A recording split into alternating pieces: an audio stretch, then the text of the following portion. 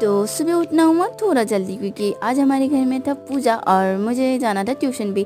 तो फिर फटाफट मैं उठ के चली जाती हूँ नहाने के लिए। नहा के आकर फटाफट मैं रेडी होती हूँ, फिर बैग पैक करके फिर मैं चली जाती हूँ ट्यूशन के लिए। ट्यूशन से आने के बाद मैं देखती हूँ कि पंडित जी लोग आ चुके होते हैं, तो फिर मैं आके उन लोगों के लिए और घर में सबके लिए बनाने लगती हूँ चाय।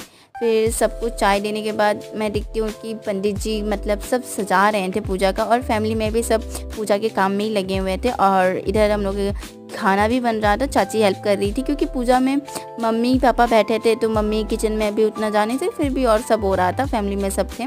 और फिर तो उसके बाद ही थोड़ी देर बाद ही मेरी फ्रेंड आती है, फिर मैं और मेरी फ्रेंड जाके बैठते हैं पूजा में। और हमारे घर में था आज पार्टी पूज के पूजा, जो कि सावन महीने में बहुतों के घर में होता है और ऐसे भी पूजा करवाते रहना चाहिए। फिर पूरे फैमिली मिलके हम लोग करते हैं संकल्प। उसके बाद मम्मी पापा आरती करते हैं, फिर एक एक करके सब आरती करते हैं, फिर मैं भी आरती करती हूँ।